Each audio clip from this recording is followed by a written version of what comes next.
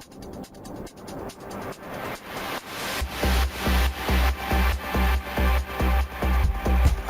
into your seats and get ready. It's time for the Mortarpod.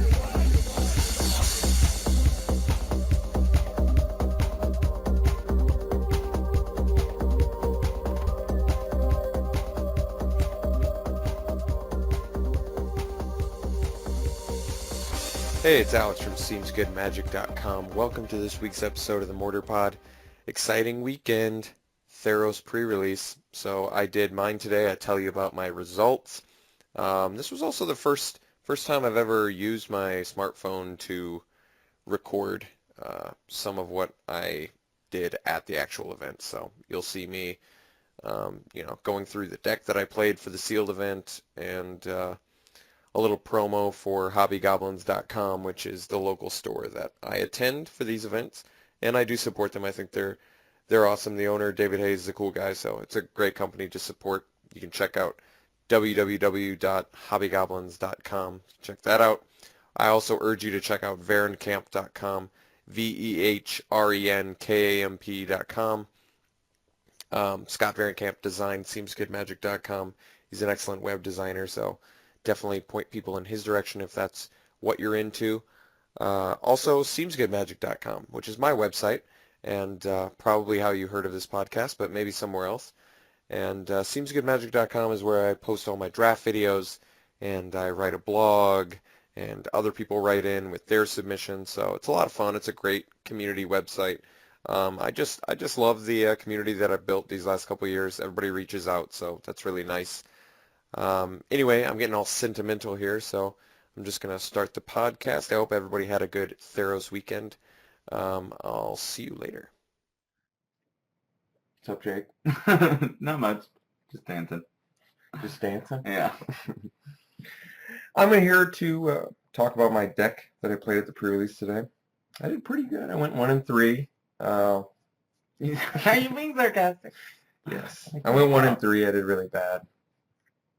But I ended up pulling, what is it, Xenagos? How do you even pronounce it? Yeah, Xenagos. Is that how you pronounce it? Mm-hmm. Xenagos. Whoa. So here we go. Xenagos the Reveler. It's a new red-green planeswalker. 4 mana, 3 loyalty, Xenagos planeswalker. +1, add X mana in any combination of green and or red to your mana pool, where X is the number of creatures you control. 0. Put a 2/2 red and green satyr creature token with haste onto the battlefield. That's cool. And then -6, exile the top 7 cards of your library. You may put any number of creature and or land cards from among them onto the battlefield. We already said this card was very good. In fact, they get a 2/2 haste. Mm-hmm. It's reminiscent of Sarkhanval, but this actually just like gives a you protect itself Sarkhanval, yeah, which is always what Sarkhan wanted to be. Yeah. But I would say Sarkhan's ultimate is probably better than Xenagos. Xenagos is really good too, but Sarkhan's actually puts kill on board. Yeah, like doesn't it put 20? Yeah, it puts 20 damage on board in 4/4 dragons. Mm-hmm. That's so sick. Mm-hmm. Too bad his other abilities were a little bit they were just lacking. They were kind of stapled on or something, and they just weren't as cool as they could have been, I guess. I mean, Active Treason is actually a really good planeswalker ability. Yeah, but I think -2 is actually not good enough. I think it could be a -1 or even 0 ability. Well, because you could only use it once before you could use his other ability and then do it again. Mm-hmm. So it was difficult. You couldn't just act and then act again the next turn. Yeah. They must have thought that was way too good. Yeah, and I just don't think it is, but maybe. Anyway, I pulled that. Didn't get to play it, but it was out of the pity pack that I got. Mm-hmm. So they pitied, and it worked out for me. It was a great pity. Did a nice lottery ticket on that one. Yeah, he's worth a lot right now. I don't know what he'll end up at. 2/2 haste for 0 loyalty is a pretty good ability. Mm-hmm. I'm trying to think of a mid-range deck would, find some way to capitalize that in the right matches. Like they would probably be really happy with that versus control. Mm-hmm. You know what I mean? Yeah, for sure. Resolve it and it's like, okay, deal with it, or I'm just gonna spit out 2/2 hasters every turn. Yeah, there's only really one good way to deal with it, and it's Detention Sphere right now, right? Mm-hmm. I suppose black gets the is it Hero's Downfall or something like that? And what does that do again? The destroy a planeswalker or creature. Oh, that's right.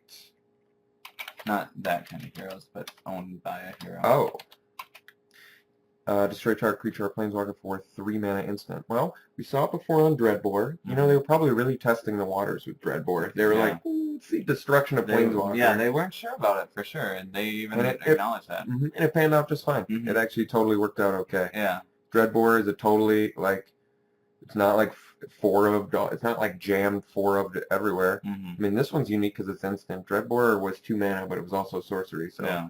this one is kind of their new experiment. Instant speed planeswalker kill is pretty insane. Yeah, it is. It's pretty good. Can you imagine for like a blue-black control deck that really doesn't have any other way to deal with planeswalkers? And they're like, okay, am I counter your spell or am I going to kill your planeswalker? Actually, this is a really great blue-black control card because it lets them answer the stuff that got out early enough, or too early for them to counter. So even Grixis, even Esper, I think we're going to see some play out of this card if at least if some planeswalkers catch on. Like Domri was even good against control too because it's generating all that card advantage. Although, I mean, that was always the funny thing about Domri is in his matches, he's either like all-star, the best card that was played, or absolutely does nothing. So his like variance of how good he turns out in a game is really odd. Yeah, it's a wide range of playability or whatever. Anyway, I wanted to go through my deck, I guess. So I'm just going to name the cards and I'll show the picture and we'll guide you through it. All right, so I got 2. I ended up choosing red.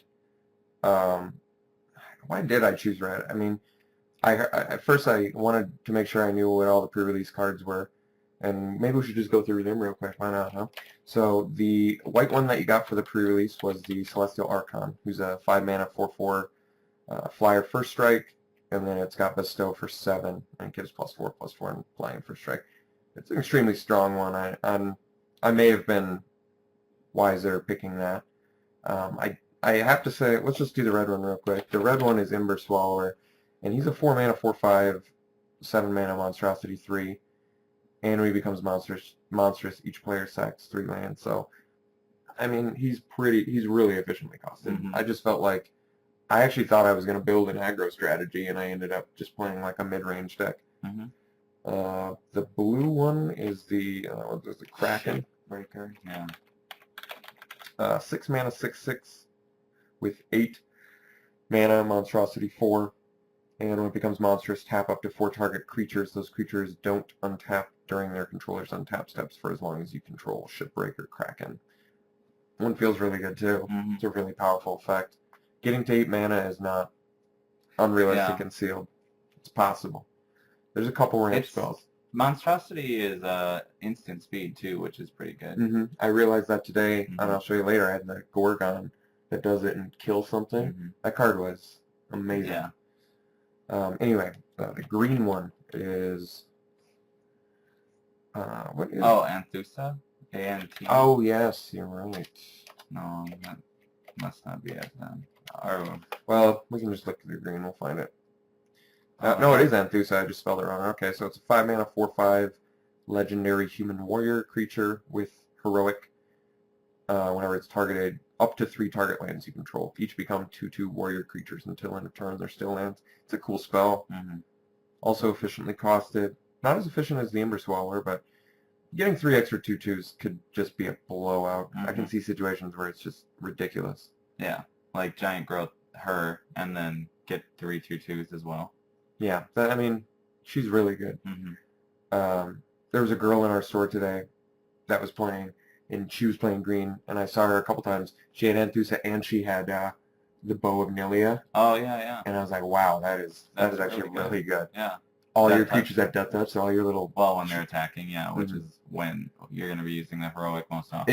It's good synergy. Are we missing the... I know we did white, we did blue, we did red, we did black green. is the Abhorrent Overlord. Oh, that's right. And I actually had this today, too.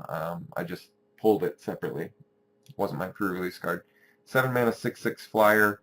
When it enters the battlefield, put a number of 1/1 black harpy creature tokens with flying onto the battlefield equal to your devotion to black. I will say he won me a match, so he's good. Okay, onto my deck. I was supposed to say why I picked red. I don't know. He's the cheapest one. I thought since I picked red, and we had looked through red, and I decided that it was pretty aggressive looking. Mm-hmm. You could easily get it. It also had like really good removal compared to black, or like, you know, the other colors. Green actually has that really good fight spell. That's true. And I had that played against me. But the you've got the new Incinerate. You've got the Magma Jet.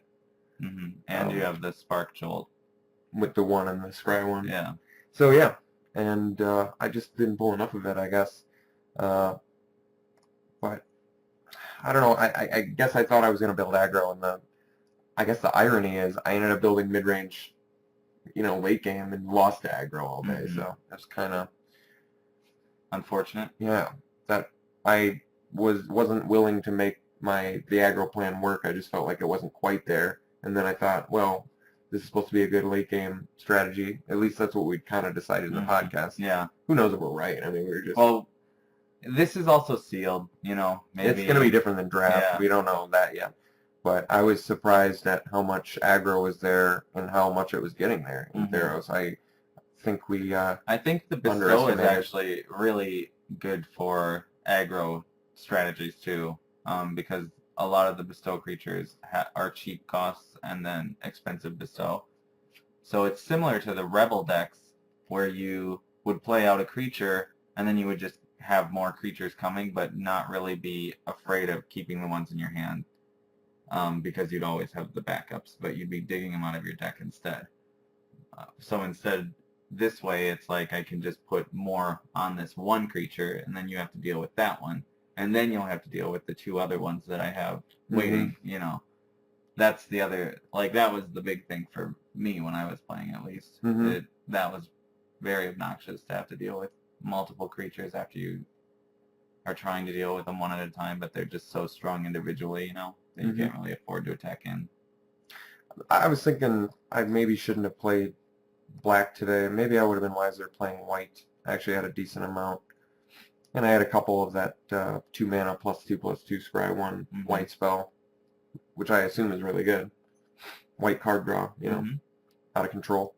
But so that's why I picked red, but I ended up playing red-black.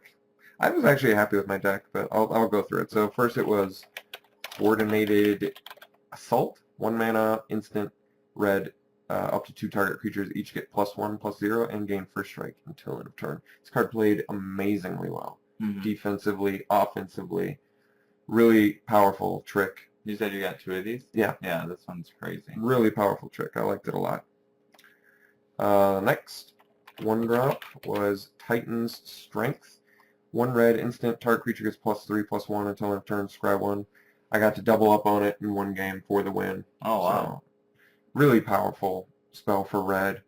I could actually see this easily seeing constructed play on maybe some sort of, if there's enough hexproof to support it, possibly.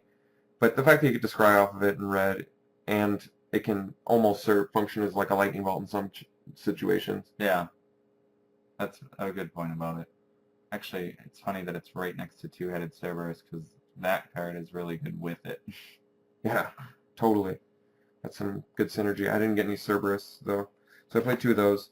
As my 2-drop creature, I was actually really low. I went for more of the like 4 and 5 drop. Oops. Satyr Rambler, 2 mana, 2/1 trample in red. He was fine. I thought since I had 2 of the Titan Strengths, it's probably pretty good. Yeah. Magma Jet, of course, the 2 mana instant, deals 2 damage to target creature or player, scry 2. Very good. Obviously, it was good the first time around. Still good now. Does that ever see like legacy play, or is that too ridiculous? Legacy extended play, probably. Yeah. The burn deck doesn't want it, and a little bit too inefficient. Yeah. But Scry 2 is, I mean, Scry 2 is ridiculously relevant. Very good on a burn spell. It's like exactly what red needs to dig for their next burn spell. Played Fleet Feather Sandals. This card played all right. I mean, I won a couple matches with it. I probably didn't have enough creatures to support it. My end deck only had like 14 creatures in it. But I felt like since I had so many high power creatures, because I had like a lot of the 4 and 5 power creatures, I felt like it was going to be really useful then, but it was okay. I wasn't unhappy with it. I'd play it again in draft. I had not this Minotaur. I had a Minotaur Skull Cleaver. This guy played really well. 3 mana, 2/2 haste, and when he enters battlefield, it gets +2/+0 until end of turn. We said it was like National First Blade. We also said it was like, I still forget that card's name, from Core Set, but there was another card from Core Set that essentially did the same thing, and it was a human. So we've seen this before, just now it's on a Minotaur. I got Rageblood Shaman, who worked well with the last card. He's the Minotaur Lord, 3 mana, 2/3 Trampler. Another Minotaur creatures you control get +1/+1 and have trample. So that was that guy played really well for me. I got the Skull Cleaver and then top deck the Shaman. He just got to swing in for 3. It was really powerful. He's really sweet.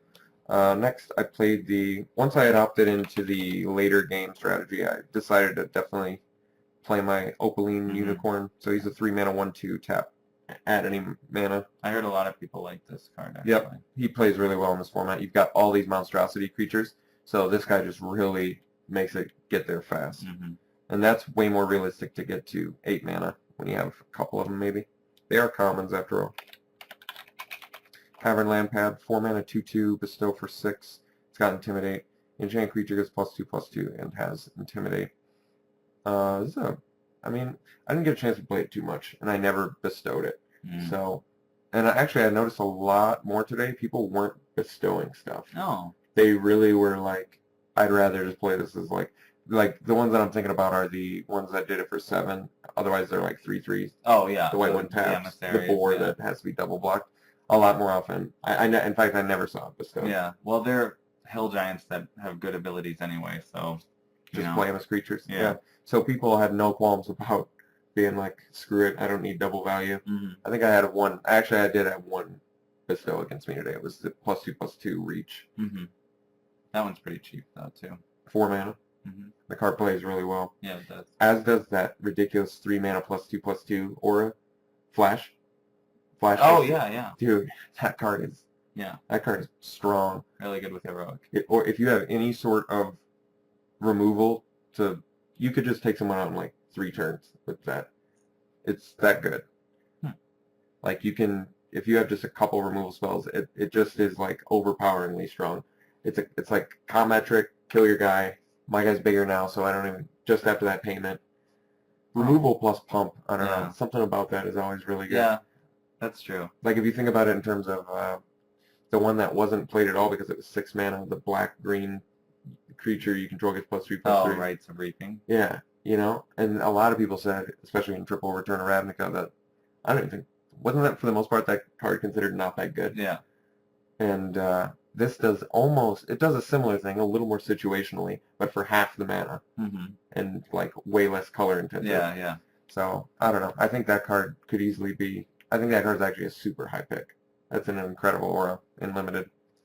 But Cavern Lamphead didn't play them much. I do have to say I really like these backgrounds a lot. Yeah, the borders are sweet. They look really cool. It's like very trippy university. Oh my god, it's space.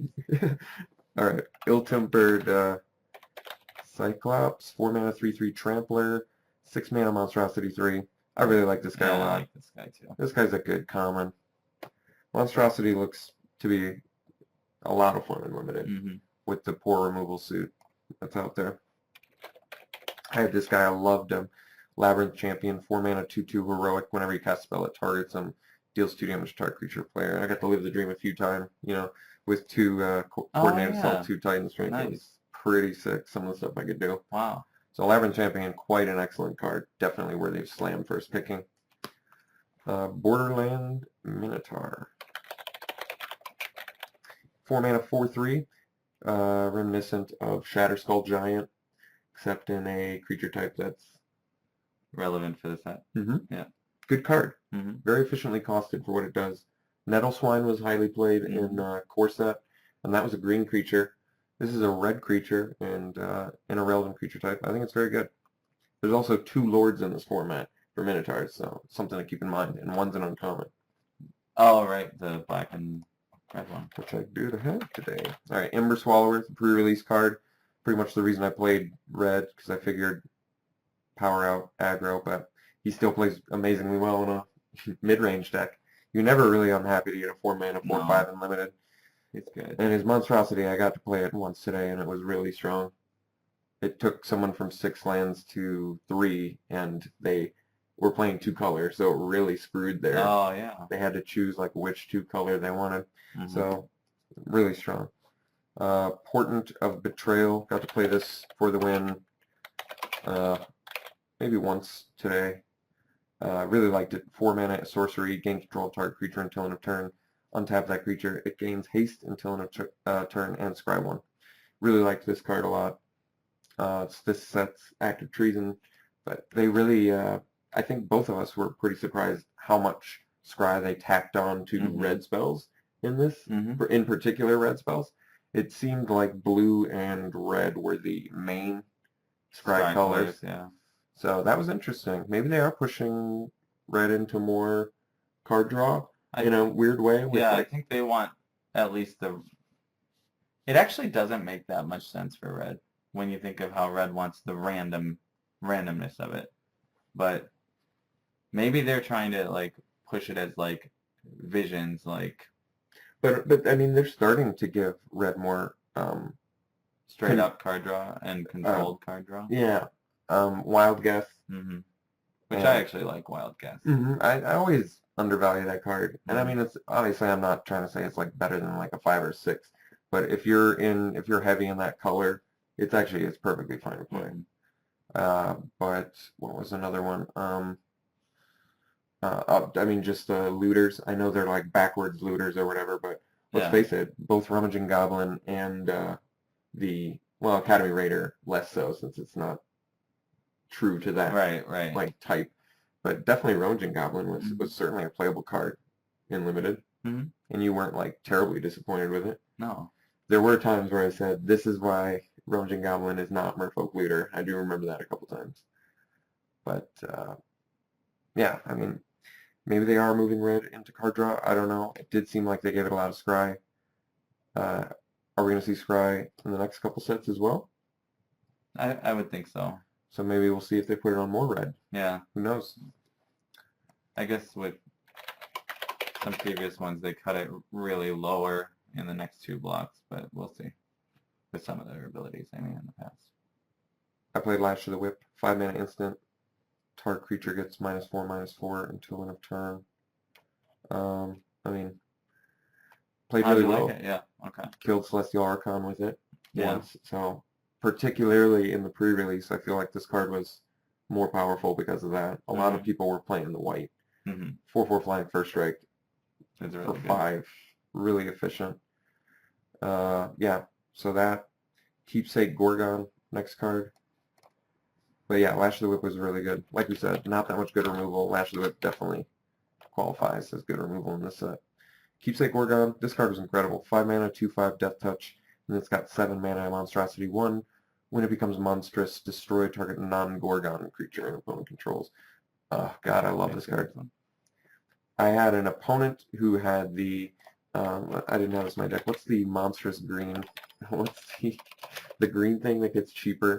Is it Nemesis? Oh, Nemesis of Mortals. Nemesis of Mortals. So one guy had 2 of them, and I swear he played it for like 4 mana on turn, like 4.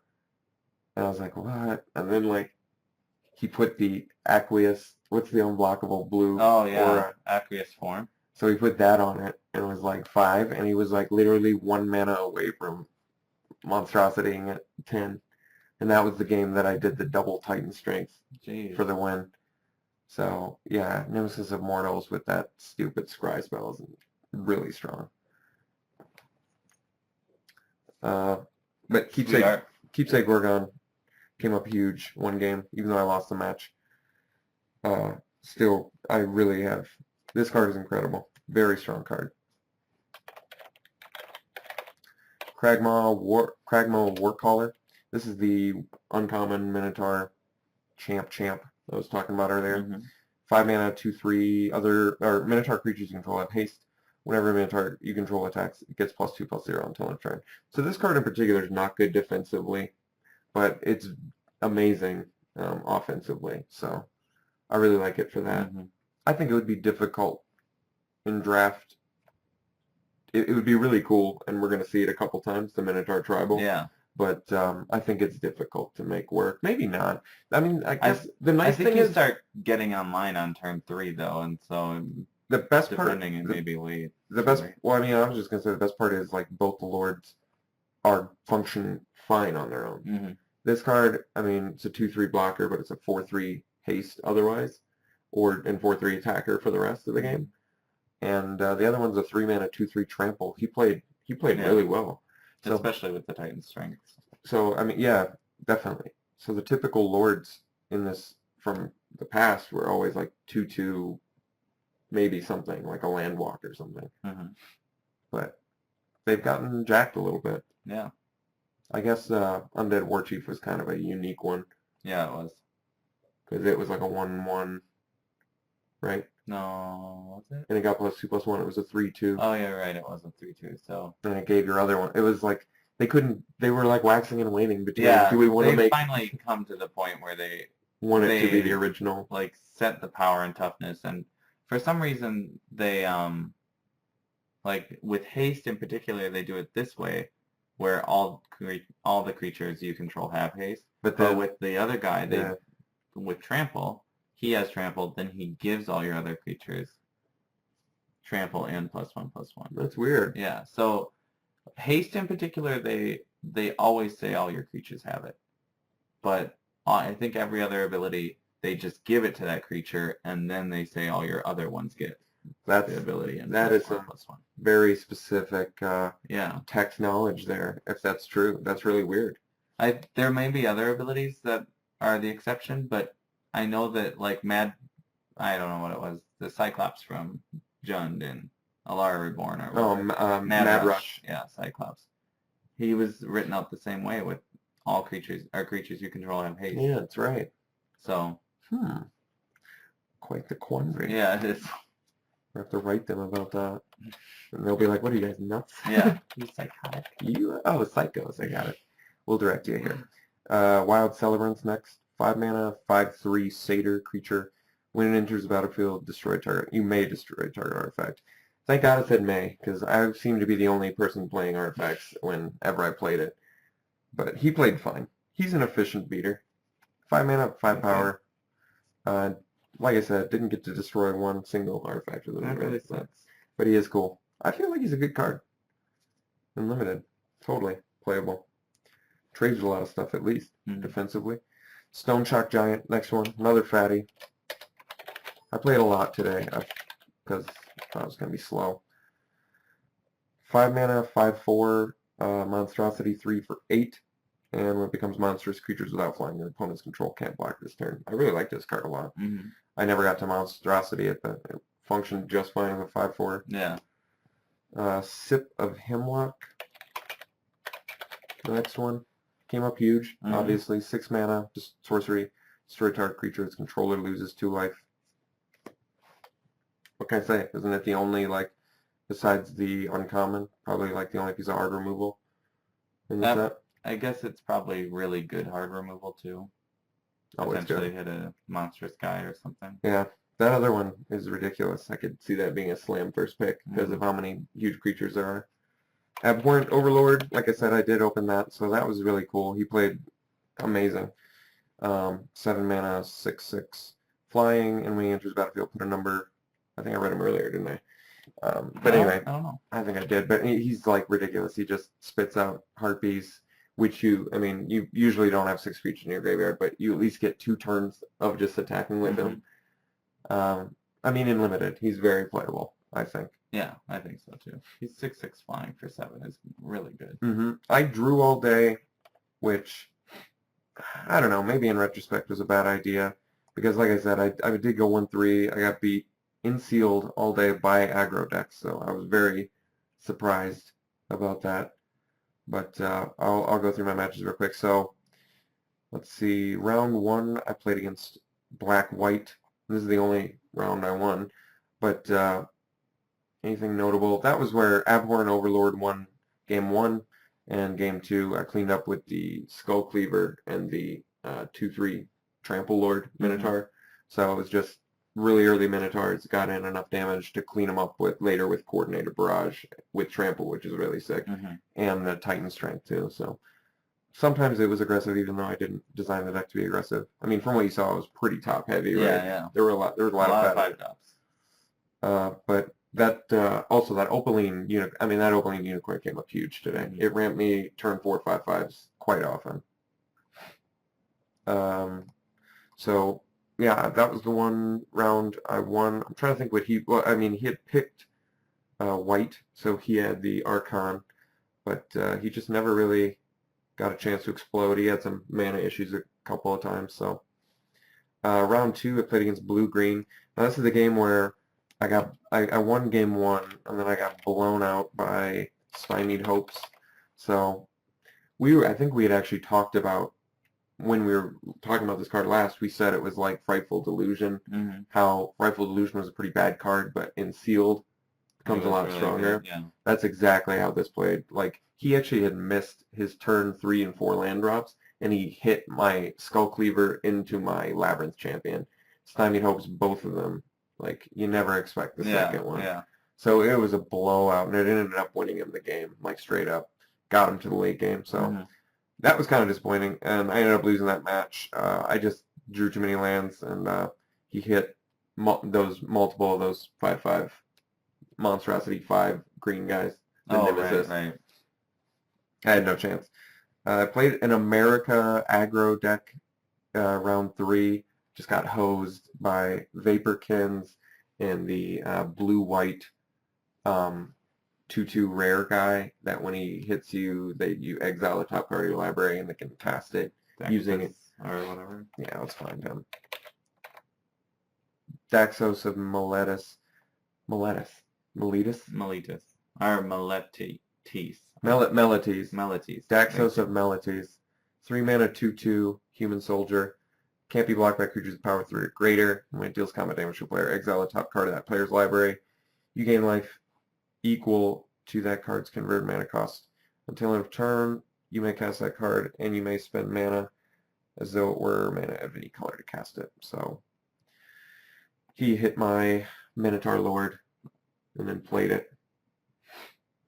Yeah, it hurt. It was like turn 2 Vaporkin, turn 3 this guy, turn 4 hit me, play my Minotaur. Turn 5, he that God's Willing Pro color card and got in again. Oh, inscribed. Nice. So it was really strong, and I just didn't have a chance. I was just sad because he was playing 3 color, and he was making it work both times. But once again, I was drawing all day, and in retrospect, maybe I should have been playing. And then round 4, I played against a red-white aggro deck. I have no idea how this guy was 1/2 going into round 4. His deck was insane. He beat me with the what is the guy's name? The little hopper. What's his name? The guy that gets the 1/2 and he gets bigger for each other, attacking attacking creatures. Hoplite. Something Hoplite. Not that one. A Crone Hoplite. Hoplite. So there's a white and a red 1/2 human soldier. When it attacks, it gets +X/+0 until end of turn. X is the number of attacking creatures you control. This guy annihilated me alongside 2 of those. Oh my god. 2 of the Phalanx guys was just like a nightmare. So he was just making his guys huge, and I didn't have a chance. In that match, and he had the rare, the Chain to the Rocks. So Chain to the Rocks, the new Chain to the Rocks, the new Oblivion Ring effect. Definitely going to see some constructed play. So overall, kind of disappointing performance, but like I said, I got a pity pack out in Xenagos, so it all worked out in the end. And I also recorded a video for that store, so hobbygoblins.com. It's the local store that I go to. Admittedly, I hadn't been there in the last couple of months, but been really busy working on the board game, and I was kind of just waiting for it, standard to rotate. I'm a little more excited to come back in now that... I know, me too. I actually haven't been going to any of the events there. I work there. I haven't gone to any of the events there in the last month or so, just because I'm really bored with the format. I just want to go in fresh. Yeah, exactly. To a new environment. So exactly. Yeah, we'll see what's hot early on. That's always the exciting part. No one really knows until the first couple tournaments, because a lot of people just build their decks based on tournament results. Yeah. All right, I think that's going to be it for today's podcast. So if there's anything I learned, it's still a small sample size, but I would say I'm still unsure whether sealed is draw or go. It feels like you can test the waters with draw, but you just got to keep in mind there is an actual really good aggro strategy, and I believe it's red-white, so any combination of red or white is pretty fast. Yeah, I think if you play until you know that their deck is slower, then it might be better, you know. Yeah, that might work too. Maybe that's the safer bet. Yeah. But there's just so many monstrosity creatures. I really thought it was going to be kind of slow. You would think that people would want to go for them. There were 2 that were pre-release promos that were monstrosity. Mm-hmm. Actually, all of them were expensive. You know, Ember's follower was the cheapest. So. And Bestow's not even like cheap either. Mm-mm. So, like I said, for some reason it like blew my mind that yeah, you can play them as creatures too. Mm-hmm. It was the weirdest thing. Like the Death Touch 1/1 was being played as a creature. I'm like, oh, that's relevant. Yeah, people were playing that all the time. Friday night or Saturday morning, I should say, midnight. But anyway, this was kind of unique because I used my phone to like tape my picks and stuff while I was there, so record my stuff that I did there, the deck I made, and my after results. So if you want to watch that, go to SeemsGoodMagic.com, click on draft videos, then click on the Theros pre-release video. It's only like a 3.5-minute video, but you can check out the store that I play out locally. All right, so that's it for this week. Jake, thanks for stopping by. Yeah. Appreciate it.